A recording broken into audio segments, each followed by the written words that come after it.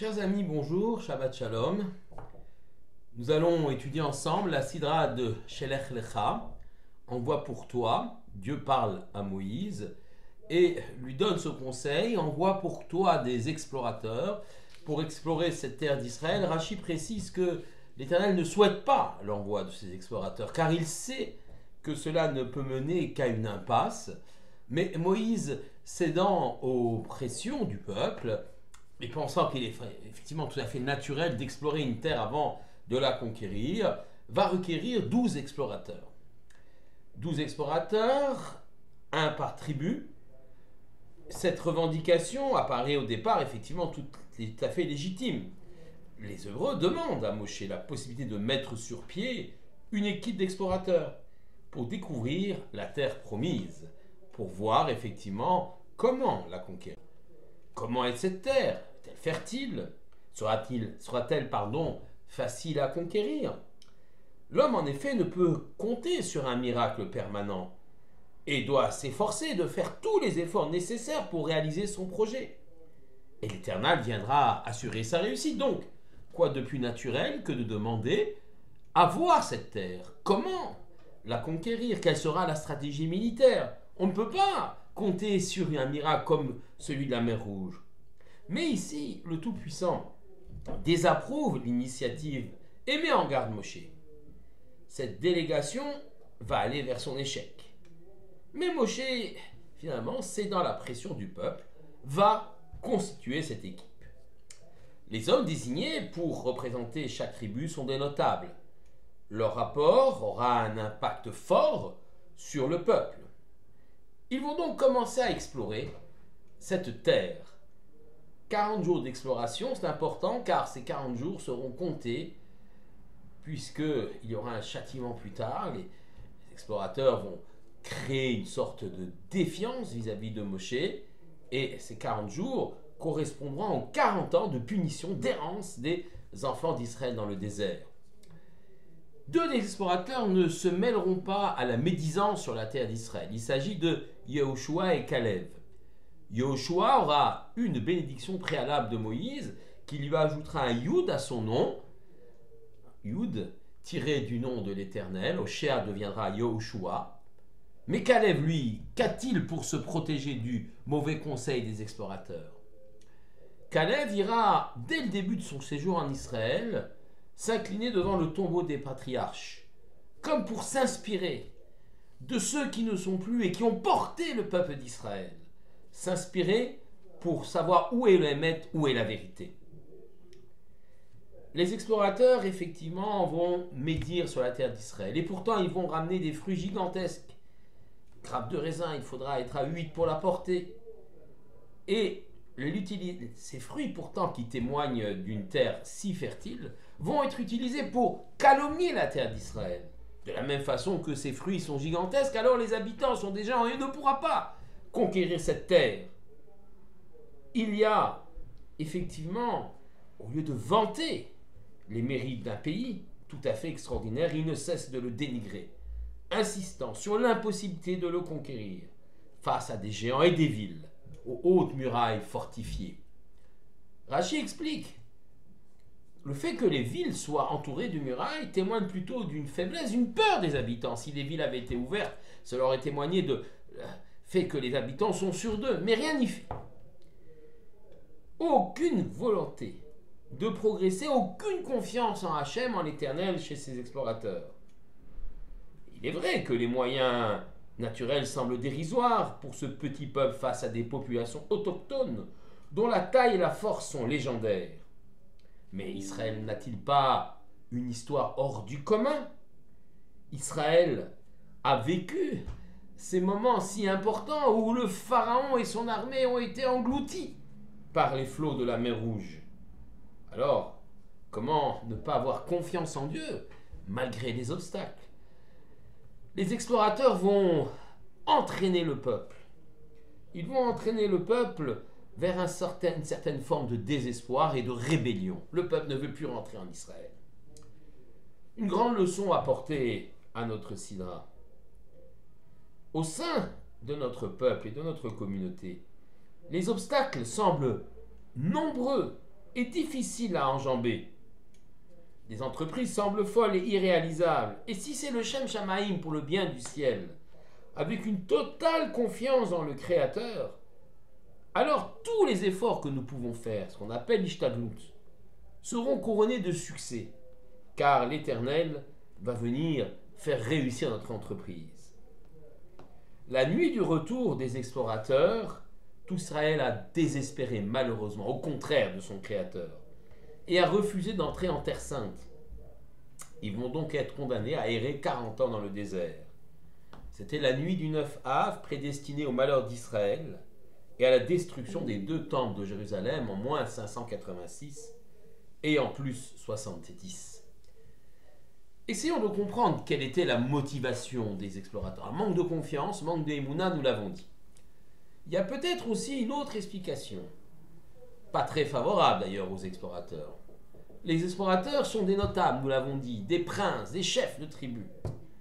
Ils savent que s'ils entrent en Israël, l'ordre sera quelque peu bouleversé.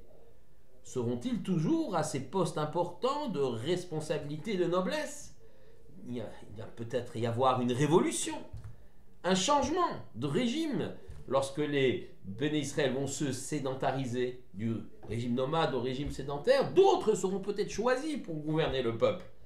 Alors, ces explorateurs ne veulent pas de changement, de perte, de perdre leurs privilèges et leur statut social. Et puis, en allant encore plus profondément dans une réflexion sur ces explorateurs, certains nous disent que les explorateurs étaient kshérim, ils étaient justes au départ. Les choses, bien sûr, ont bien changé. Et que peut-être leur motivation au départ n'était pas si personnelle que cela. Essayons de comprendre.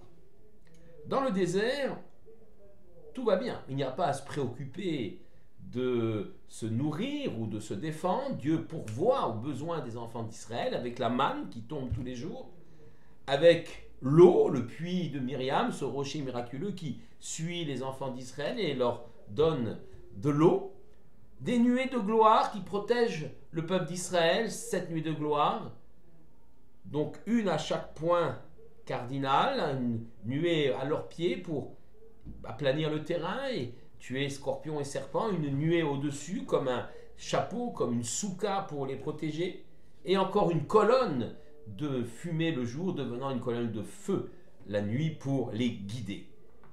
Une protection totale, un guide, on subvient à tous leurs besoins. Les Béné Israël peuvent se consacrer entièrement à une vie spirituelle, à une étude de la Torah qui leur vient de leur être offerte au moment du matin de Torah du mont Sinaï. Une vie idéale, tout va bien. Et c'est de cela, c'est cela que les explorateurs veulent. Ils aspirent à continuer cette vie dans le tout spirituel. Et ils refusent de rentrer en Eretz Israël, car entrer en Eretz Israël, sur la terre d'Israël, signifie construire des villes, labourer, moissonner, travailler les champs, faire une armée pour se défendre, une économie, tout un système, bref, bâtir un pays. Et là, évidemment, il n'y aura plus le temps de se consacrer au tout spirituel. La manne va s'arrêter de tomber, le puits de Myriam va également s'arrêter, il n'y aura plus de nuée protectrice.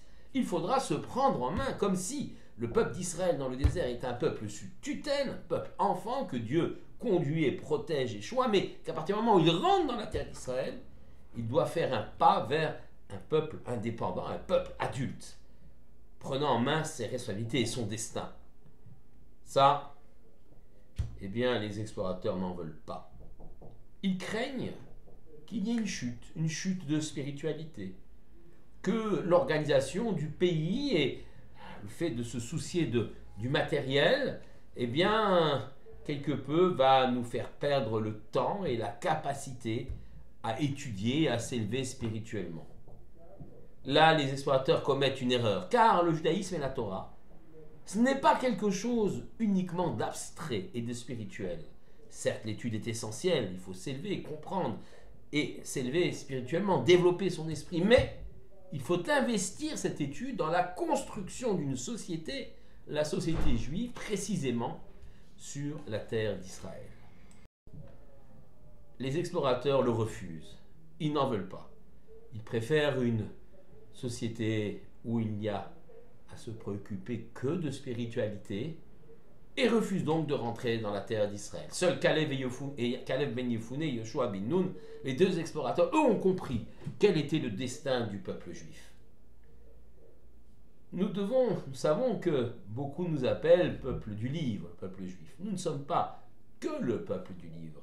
Bien sûr, nous sommes peuple du livre parce que nous avons apporté la Torah au peuple juif. Pardon, Dieu nous a donné la Torah et nous l'avons également, finalement, malgré nous, apportée au monde.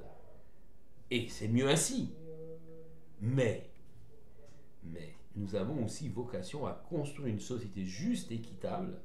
Ce sont les principes moraux que nous porte la Torah.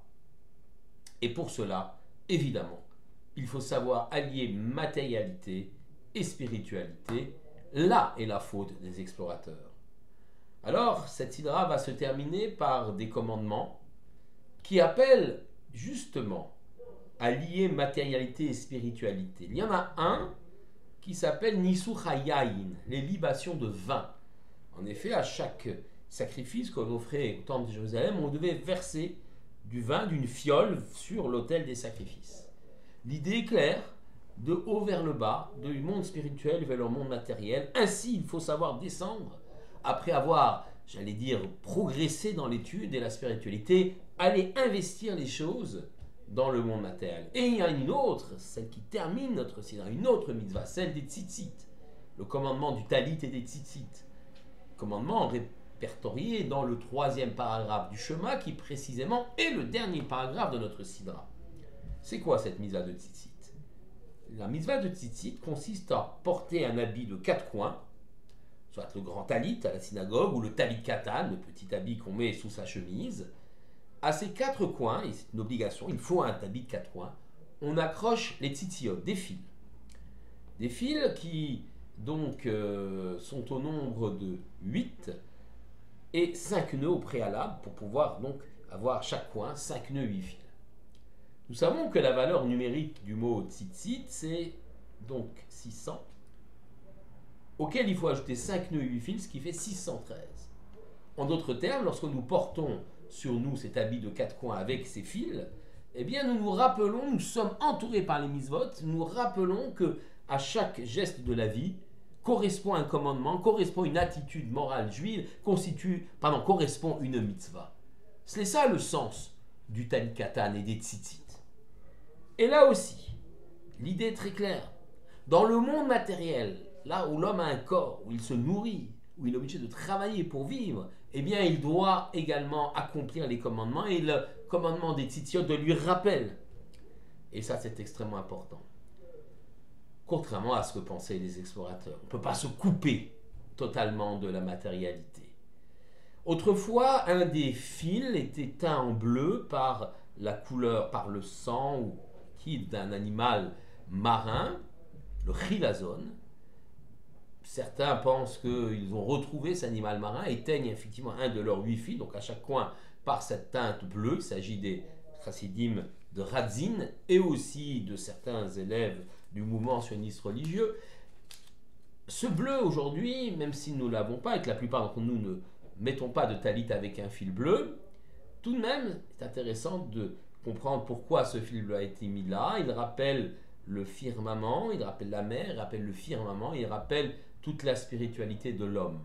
Dans la mitzvah de tzitzit aussi, il y a cette idée que l'homme, à chaque fois qu'il accomplit un geste sur cette terre, doit lui donner une dimension spirituelle. Et c'est pourquoi la halacha, la loi juive, va l'aider pas à pas à faire de sa vie quelque chose de saint, quelque chose de spirituel. Chers amis, donc, les choses sont très claires. Réaliser une harmonie entre le corps et l'esprit, entrer sur la terre d'Israël pour appliquer l'étude dans la construction d'une société juste selon le modèle de la Torah. Là est le projet divin. Et là était l'erreur des explorateurs, ils n'ont pas compris cela. Et le peuple qui les a suivis n'a pas compris cela aussi. Il faudra donc 40 ans de errance dans le désert pour pouvoir comprendre que véritablement, eh bien, le cadeau qu'est la terre d'Eretz Israël va nous permettre de grandir encore plus que si nous étions restés dans le désert. La terre d'Israël permet la réalisation de la vocation du peuple juif, être peuple saint dans une société juste et de vérité. Shabbat Shalom à